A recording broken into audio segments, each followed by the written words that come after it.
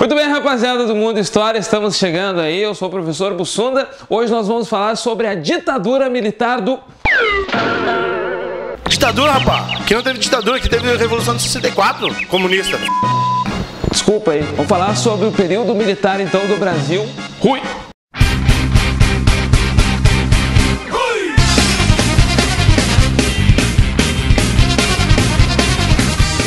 Bom, rapaziada, nós estamos começando aí a falar hoje sobre um período de 21 anos do nosso país, período de 21 anos de regime militar no Brasil, onde que a gente tem uma série de limitações aí, onde a gente tem uma série de transformações que levam muitos a concluir que nós tivemos uma ditadura militar no nosso país, mas a gente precisa entender primeiro o contexto, como que nasce essa ditadura militar aqui no Brasil, né, rapaziada? Então vamos falar desses antecedentes do regime militar. Primeiro tu tem que entender a lógica, tá? A lógica que é da Guerra Fria. Tu tá vivendo o período aí depois de 1945, que vai até 1991, que é o período da Guerra Fria, onde que na verdade tu tem que te posicionar. Ou tu é amigo dos Estados Unidos e do bloco capitalista, ou tu é amigo da União Soviética e do bloco socialista, tá? E não tem o meio termo. Rapaziada, até a gente pode falar assim, ó, a nível de comparação, a Guerra Fria ela parece aquelas brigas de criança da quarta, quinta série do ensino fundamental. Tu virava amigo daquele grupo, mas tu não podia ser amigo dos dois grupos, né? Existe, na verdade, um agravante aqui da Guerra Fria, que isso aqui parece uma briga de crianças da quarta e da quinta série. O agravante é que são crianças com bombas atômicas.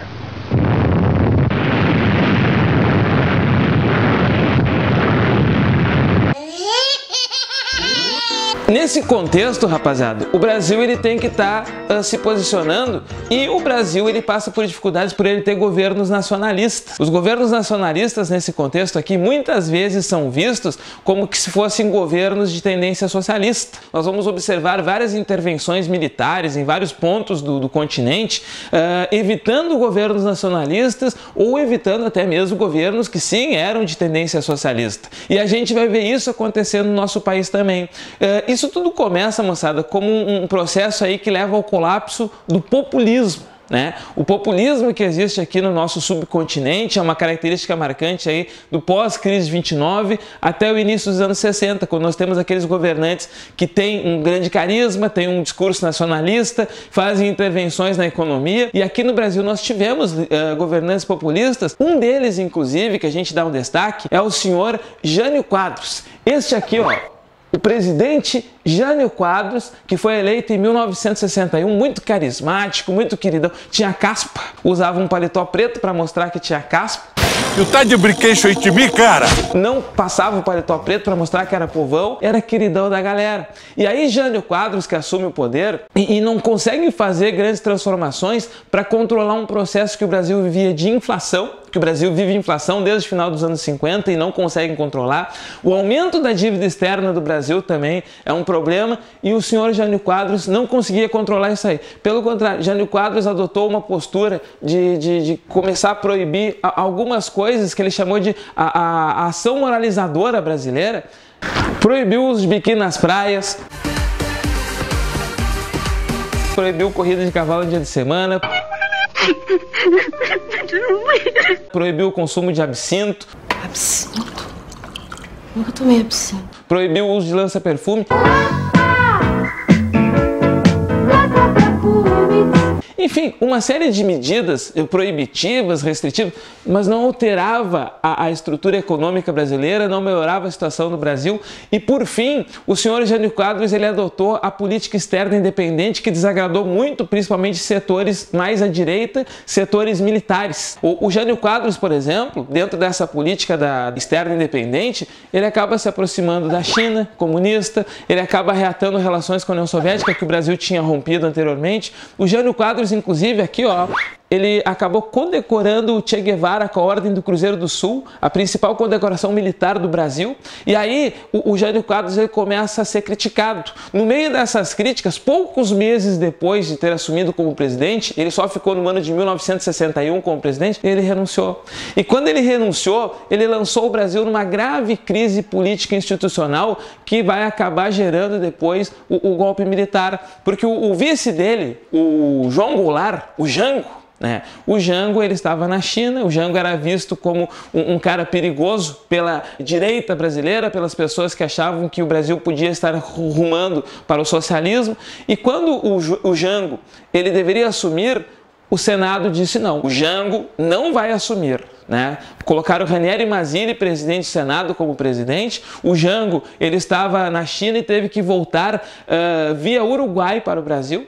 E chegou do Uruguai ao Rio Grande do Sul, onde o cunhado dele, o Leonel Brizola, era o governador, e o Leonel Brizola mexeu com a política toda e criou o movimento da legalidade, né? É legal que o Jango assuma, porque está na Constituição, o vice tem que assumir, não pode assumir o presidente do Senado, e nós estivemos na iminência de uma guerra civil aqui no Brasil. Dentro desse contexto, em que poderia ter havido guerra civil, poderia ter havido um conflito, o Senado acaba retrocedendo, vão ter que aceitar o Jango como presidente, mas houve uma mudança constitucional, foi criado o parlamentarismo no Brasil. Sim, nós estamos vivendo um momento de muitas complicações. Não se queria o Jango, para se aceitar o Jango teve que se aceitar o parlamentarismo, nós tivemos dificuldades, o parlamentarismo também não conseguiu resolver os problemas brasileiros de 1961 a 63, e em 63, via plebiscito, Jango voltou a ter realmente poderes de presidente, voltava o presidencialismo. Mas aí o Jango anuncia as reformas de base. O que são as reformas de base? Ele quer fazer uma reforma agrária, ele quer fazer uma reforma urbana, uma reforma tributária, ele quer fazer uma reforma eleitoral, uma série de reformas. Muitos historiadores enxergam essa série de reformas como uma forma de alavancar o capitalismo brasileiro. Porém, na época, muita gente enxergava que isso era uma guinada rumo ao socialismo.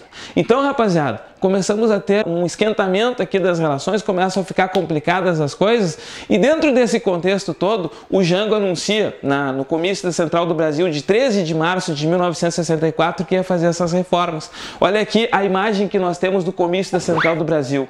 Gente, nós temos aqui bandeiras comunistas, nós temos a UNE, nós temos a CGT, nós tínhamos as Ligas Camponesas, que era uma espécie de MST da época, e aí, rapaziada, muita gente está achando que o Brasil está correndo sério risco de virar socialista, e por isso os militares não tardarão a planejar derrubar o João Goulart. Uma semana depois do Comício da Central do Brasil, que o Jango anunciou que existiam as reformas de base, nasceu a Marcha da Família com Deus pela Liberdade. Olha aqui essa imagem. Nós temos aqui a reação, um monte de gente contrária a Jango. Aliás, observe pelo nome. Marcha da Família com Deus pela Liberdade. Família, Deus e Liberdade. Estão xingando indiretamente o Jango de ser comunista, porque ó, ele é contra a família. Os comunistas eram vistos como comedores de criancinhas no século XX, né? Ele é contra Deus, o comunista é ateu, e ele é contra a liberdade, o comunismo é autoritário. E aí, moçada, começa a se desencadear toda uma série de eventos que vão levar ao golpe militar no dia 31 de março de 1964. O golpe militar que acontece basicamente depois de uma revolta de marinheiros no Rio de Janeiro, e esses marinheiros são apoiados pelo Jango, né? E aí a alta cúpula do Exército e das Forças Armadas do Brasil vai dizer o quê? O presidente Jango está tentando quebrar a hierarquia militar para implantar uma república sindicalista ou socialista no Brasil. Precisamos intervir. Nós estamos trabalhando, moçada, dentro do contexto, dentro do conceito também, doutrina da segurança nacional, que é um conceito basicamente criado pelos Estados Unidos. O inimigo é interno, o inimigo está aqui dentro. Os Estados Unidos, eles criaram durante o período aqui da Guerra Fria uma coisa meio assim, parece que o socialismo é um vírus zumbi, né? Tá ligado esses filmes de zumbi, que todo mundo vira zumbi?